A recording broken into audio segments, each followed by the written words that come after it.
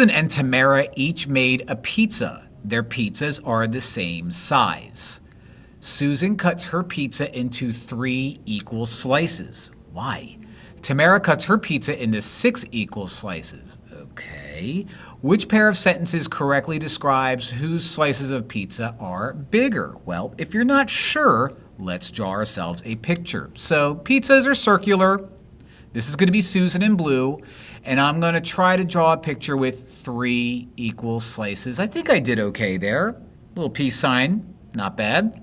Now let's cut Tamara's pizza, so we'll do that in red, and I'll try to repeat this. Draw ourselves a circle about the same size.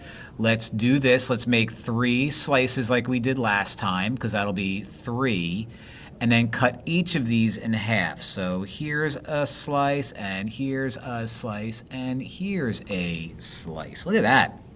Not a bad job by me. So this is Tamara. This is Susan. And the question is whose slices of pizza are bigger? Well, it looks like it's going to be Susan. So in these problems, part 1 is answering whose slices are bigger. Part 2 is answering why. So A, Susan's slices are bigger. Yup. B, Susan's slices are bigger. Yup. C, Tamara's slices are bigger. Nope.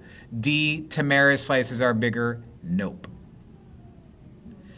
Now, which one is going to make sense? Each slice is 2/6 of the pizza, or each slice is 4/6 of the pizza? Well, let's take a look. Here is a slice of Susan's pizza right there that I'm outlining in black. And if I try to draw the same thing, it looks like every Tamara slice is going to be 2/6. So the only one that seems to make sense here is going to be A.